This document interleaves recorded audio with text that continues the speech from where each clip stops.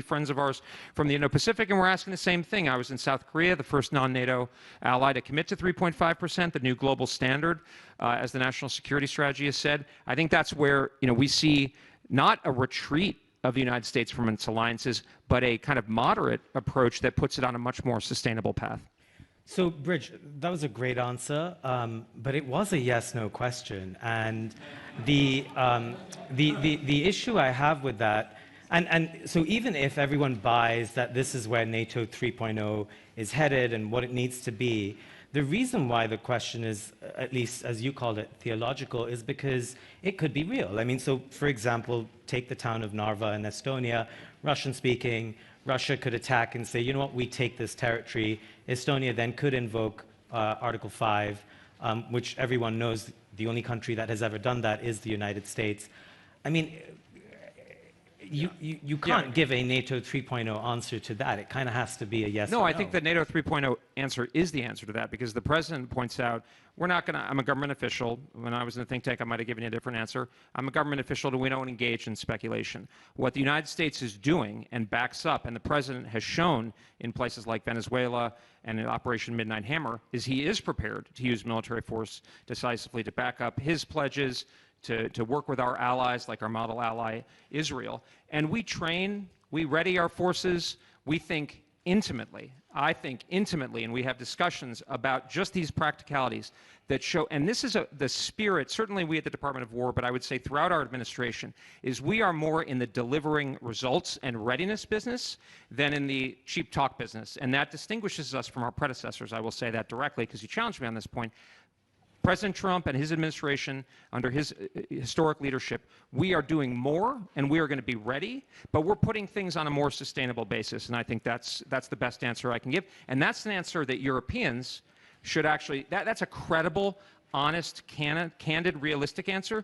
You can have all the shibboleths, the recitation of the shibboleths, you can have all the promises, but if you can't practically and realistically back it up and make it worthwhile to the American people, that's an empty promise. Sure. I mean, look, the Europeans, when they've heard this, and what they've responded to me in the past is that, and I don't defend the Biden administration here, but words do matter, signals matter. And, as far as that goes, there is a sense of fear in Europe that the clause doesn't matter as much anymore. Let me shift now from... Can I just say one thing on that? I think words do matter. I think what we're saying is, we are going to make sure that we and our allies are making commitments and we're following through on it. We're about delivering results. And so, I think the last administration was a lot of overpromising and under-delivering. We're sort of in the opposite, camp, or not opposite, but like being clear, strong and clear, but quiet, and kind of not looking to sort of peacock, if you will, but really focusing on building up strength. I mean, President Trump has committed to pursuing a $1.5 trillion budget. We have a historic attempt to overhaul our sort of laggardly and in some cases moribund defense industrial base to get it fit for purpose. National mobilization of our defense industrial base. That's what our allies should actually want. That's results. Sure, fair enough. I mean, again, Mark Rutte, when he was asked this question at Davos, said very clearly, Mr. President, we will come to your defense. But let me move on from Europe to the Indo-Pacific, because you've been arguing for a while, and now the administration does as well, that by sort of shifting burden sharing in this relationship in NATO, that allows the United States to have more of a focus on Asia. Talk to us a little bit about what that has meant in the last 14-odd months of this administration. Well, sure. I mean, I think what we say in both the national security strategy and the national defense strategy, we're going back to, kind of a common sense, pragmatic focus on Americans' interests and sort of mapping our overall strategy onto, where our interests are most impinged upon and most threatened, and where our contributions make the most difference, but also critically where we think our allies' interests lie realistically, and also where they can make the most material and relevant contributions. So this is a very different model from the last administration's one theater approach, which was kind of a non-military, sort of non-realistic, much more sort of normative, rules-based international order approach. Ours is saying we're going to go meet our allies where they are. We hear people here talking about, obviously, a lot about Russia. I was in Korea. They're talking a lot about North Korea. You go other places, they're talking about, other countries, et cetera. we're saying, okay, we're going to work with the warp and woof. We're going to work with the current of those interests, and that's where countries will be willing to sort of put up. And then we'll take where our contribution is going to make the greatest difference and where our interests are most engaged, relatively speaking, and that's where we're going to focus. Doesn't mean we're going to do nothing in those other areas, but if you look at our strategy, it says homeland and hemisphere. We need to refocus. The military is a critical part of that. Obviously, a lot of that stuff is not in the military domain, but it is a critical part of that. Secondly, the first island chain and stability there, deterring China through strength, not confrontation. I think we have a very similar approach to our allies and partners there. And then in other theaters, obviously here, looking at Europe and NATO vis-a-vis Russia, looking to our wealthy allies, and I think the Chancellor made this point eloquently yesterday, saying, Germany alone is a larger economy than Russia. This is a viable, tractable problem. Similarly, I was in South Korea last month. They're saying, North Korea is our primary threat. Okay. And they're willing to take the lead for conventional defense on the peninsula as well. That's what we're seeing. And so I think a lot of what we're seeing, obviously, I can't talk about in detail, but I think a lot of what we're saying is we're going to get the force back to a kind of a focus on lethality and readiness. Secretary Hegseth has made a kind of historic approach to get back to the basics there. And then on the industrial side, I mean, ultimately we see this tragically in the war in Ukraine. These modern conflicts are going to be wars of production, so we need to have a defense industry that can produce for ourselves and for our allies, and I would say we're also very supportive of our allies growing their defense industrial base, and that'll put us on a long-term trajectory, and we're confident that this will be the recipe for stability, but also deterrence and defense. Let me talk about China now. There's a sense that between, say, 2016, the start of the first Trump administration, and, say, 24, there was a real ascendance of China hawks in DC writ large, but in the White House and in two administrations. There's a sense now that that trend has reversed a little bit, and I'll just cite a couple of things that suggest so. One is really pulling back from some of the tariff policies from early last year after China imposed export controls on rare earths and critical minerals.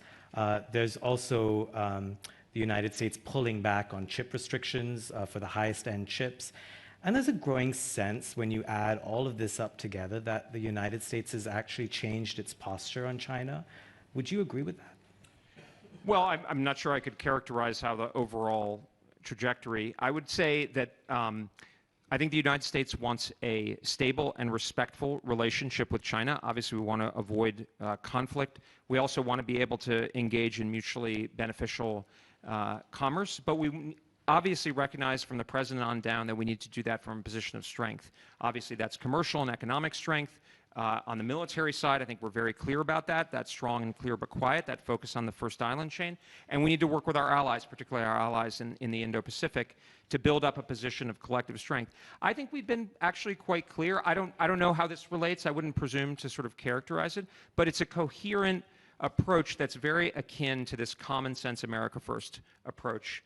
We're not, under the president's kind of visionary leadership. Can you define America First, just so we have like a dictionary sure. definition? I mean, I would say America First, and I think a little bit of the hack for America First is the common sense approach. I think common sense, the president talks about common sense. But my common sense is different from your sure. common sense. Okay, so, I mean, it's not a scientific theorem, but it's basically saying, are things working out for regular Americans, right? And I think that obviously people are going to contest what that means, and that's actually good. It also sounds like foreign policy for the middle class. Well, I think people are contesting. I mean, our conceit is that we're doing a lot better job, right? And part of that is, and of course, that's the president's contribution on taking and saying, like on the international trade regime, and saying, wait a minute, this is not working for Americans, and saying the sort of orthodoxy of the economist class is not actually working. Okay, we're going to relook at that. NATO, like you come to a place like the Munich Security Conference, and I say this with respect, but for many, many years, it was the same kind of the recitations, right? And the president saying, wait a minute, how does it make sense for very wealthy, prosperous, developed countries to be spending close to 1% and we're spending 4 to 5% of GDP and we're using our forces? Again, a lot of the blame goes on Americans for those decisions, but that's sort of a common sense reassessment. I think with China, I think we understand and we respect China's tremendous achievements over many years in the development of its economy, its significant, very significant military buildup, and we're acting accordingly, but we treat it respectfully and looking at it in a clear-eyed way with the goal of a favorable balance of power and stability. And those are some of the themes that I tried to lay out in my speech at the Sejong Institute in Seoul, which is to say, and I think actually in our engagements with the Chinese, they honestly, I think it resonates in the sense that obviously both sides are looking for advantage and negotiating, and that's a very direct matter. But it's not a kind of, as we've said, we're not trying to strangle China, which obviously you hear, I mean, you probably have heard this over the years, that the Chinese belief that we were trying to strangle their growth or hold them down. That's not what we're trying to do, but we're going to make sure that we and our allies and partners are operating from a position of strength. That, to me, is common sense. Obviously, we're not communists in the Trump administration, to say the least, but it's also not our job to say what the government of China is. You know what I mean? Yeah, I will say, though, that this morning, Wang Yi, the foreign minister, when he was speaking, he did say that, for example, the UN works just fine, which was a direct refutation of what Secretary of State Marco Rubio said. And then he did point a finger at, quote unquote, certain countries. So, in as much as there's a change in policy, I'm not sure I'm seeing a great change in tone. Well, but tone is, I mean, we're not naive. Like, this is a tough, clear-eyed, relationship. Obviously, fortunately, our presidents have an excellent relationship. But, this is a relationship of two very significant players, and we're going to agglomerate, our strength and position. Again, we're going to be engaging, we're going to be direct, we're going to be realistic, we're going to be respectful, but we're also going to look after the American people and also our allies and partners. You were very influential in the writing of the National Security Strategy and the National Defense Strategy. The word Taiwan doesn't show up in either of those. Is there a reason why? And lead us into a little bit of a discussion about how you're thinking about deterrence for Taiwan. Well, I mean, I think I have nothing to say in terms of any policy change or position or emphasis even on the issue of Taiwan. I think our president is actually quite consistent with our traditional position of the, our one China policy and other things, six assurances, et cetera. So I think, the goal is obviously these public documents, we understand that people look at them very carefully. We measure our words carefully, as I said earlier. And we, obviously the president is our spokesman on matters, especially on matters, well, on anything, but certainly on matters of great sensitivity. We have hewed closely to our position, and we're focused obviously on our position in the Western Pacific. But we're seeking stability. We're seeking, but stability involves both a willingness to engage, but also clarity and strength. And we're all about building up a position of strength. And if you look at the budget, if you look at what we're doing with our defense industry, if you look at what we're enlisting our allies, well, I wouldn't even say enlisting, encouraging our allies to do for their own reasons, that's the right mix under President Trump's leadership. So I take your point quite well about common sense, and I think there's an element about common sense that really appeals to people and even to policymakers. And even to journalists. There's an element of cognitive dissonance for me sometimes when I look at utterances from the White House and documentation and then conversations like this. So one of them, of course, at the start of the year was Greenland. It genuinely befuddled many of us trying to understand, why the United States would threaten either war or coercive economic tactics to take territory from a NATO ally. The second one, and this is more related to what we were just talking about, was the idea of a Donroe doctrine, this idea that there are spheres of influence. And so in that kind of thinking, the United States focuses more on its hemisphere. And here's my question now. What happens to the other hemisphere? Because the implication then is that China and Russia should have their way. Well, let me actually directly answer this last point, because I hear it come up and I hear government counterparts talk about it. I see zero evidence from the United States government in any sort of authoritative statement or quarter that we are conceding, hemispheric spheres of influence to anybody else. To the contrary, the authoritative statements of the U.S. government, whether the National Security Strategy or the National Defense Strategy, literally say the contrary. Now we're working with our allies to ensure that that's a sustainable mix. But I see that as a projection, and a little bit it's sort of this normative frame that people say, oh, well, maybe they're thinking that way in my estimation, so maybe they have to give it to the others. I don't think that logic is how, certainly I think, but I don't think how people in the administration think. I think we're looking for a favorable balance of power with our allies and partners in a kind of hard-nosed, credible way. At the same time, we are also engaging, I mean, we obviously have negotiations with Moscow designed to obviously try to end the tragic war in Ukraine. We're engaging with China on a variety of fronts, trade and otherwise, et cetera, in military channels.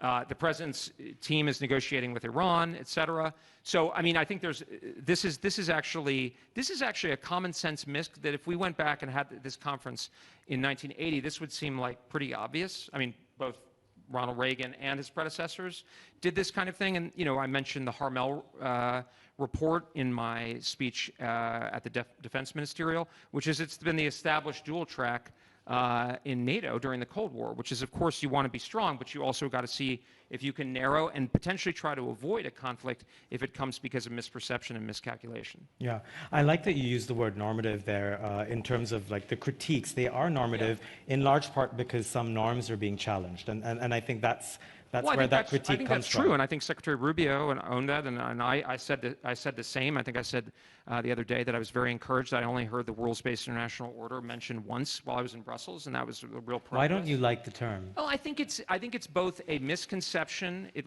I mean, whether it exists or not, but it actually gets people, especially in this kind of context, and misleads them in terms of the frame in which they approach the alliances. So it becomes more about, you know, a sort of catechism and how much you hew to this purported catechism, rather than a practical discussion, almost like a business-like discussion about, all right, how do we make sure that this operation is sustainable over the long term, that everybody's pulling their weight? Somebody, a good friend of mine who's involved, he said, you know, one of the things people are trying to do, you know, you see Secretary Besson making the point about 22 trillion. And again, I don't want to harangue the point too much, but there's sort of a mark-to-market element here, which is like, hey, wait a minute, this has been way out of whack. Let's get down to basics. And I think what I'm very encouraged to see, and obviously I disagree with a number of things the Chancellor said yesterday, and I say that with respect. Obviously, we as Americans have a different view, or we in the administration. But overall, the frame was, I would say from him, was very much leaning in and saying, let's get down to business.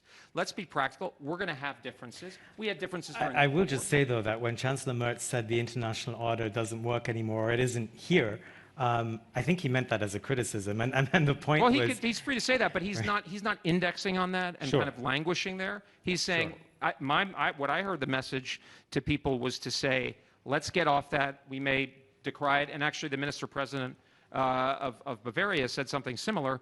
Let's move on. Let's get practical. And honestly, and the German government, and not just from the Chancellor, but from Minister Pistorius, who's had a historic role in raising German defense spending and changing the Constitution. They both deserve enormous credit, and their parties, and many others with them. That's the greatest evidence. And if we want to talk about the different, and I do think there are people in this orbit who are still indexed on that, and I think they're going to be left behind, and they're not helping Americans, but more importantly, they're not helping Europeans. Yeah, I take all of those points. I guess, again, just one last thing on that. The rules matter because, for example, if territorial integrity in Europe doesn't matter, then China could use that as a rationale for Taiwan later. But one last question for you, Bridge, before I let you go. As this sort of very historic burden-sharing change takes